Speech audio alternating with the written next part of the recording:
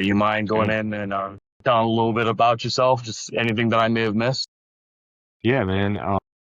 So I think you hit a lot of it, and you made me sound a whole lot more important uh, and probably capable than I really am. But thank you for that. Yeah. So 7 years as a trooper, I didn't have any kind of military background or any prior service to that. Just a college boy that knew what he wanted to do, uh, based on a ton of influence and godly wisdom provided by people in my life at the time who were very influential and who I trusted and who I watched lead well and protect the community and do all those things that I admired.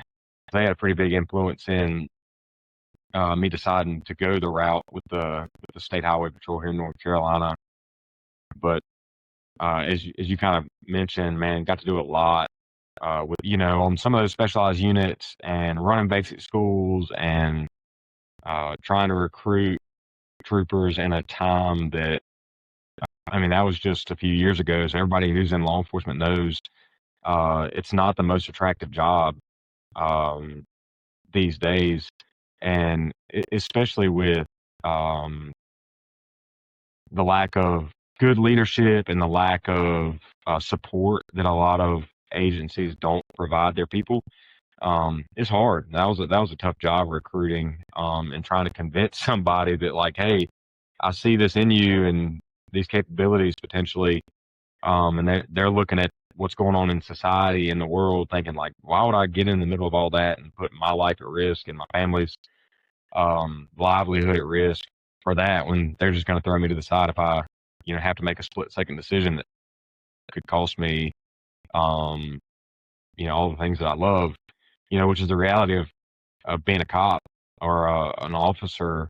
But so that was really good. I mean, I learned a lot during those times, and everything that I experienced on the highway patrol, from being a road trooper to running schools to being on the team to recruiting, all of it really has prepared me well for this job in ministry that I'm currently doing, and being still sworn with the sheriff's office here, I get to have a pretty good touch point and stay current with all those things, so I don't lose touch in what guys are dealing with, and it's easier for me to have a conversation when they know that wasn't somebody that just left. Like, man, I still train, I still go do all my quals and all the online in service and that nonsense, and you know, so uh, it's not all nonsense, but y'all understand what I'm saying. It allows me to have those relationships, and guys still believe that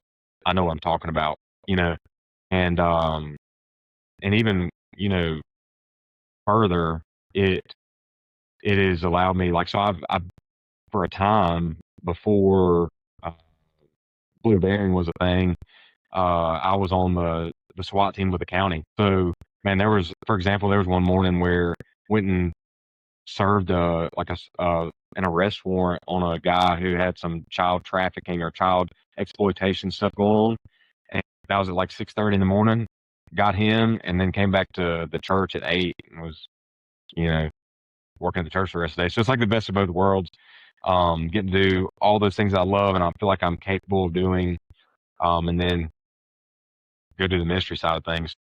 Uh, that's kind of a little bit about the past and what's led to today and what I'm doing now. So happy to be here and have these conversations.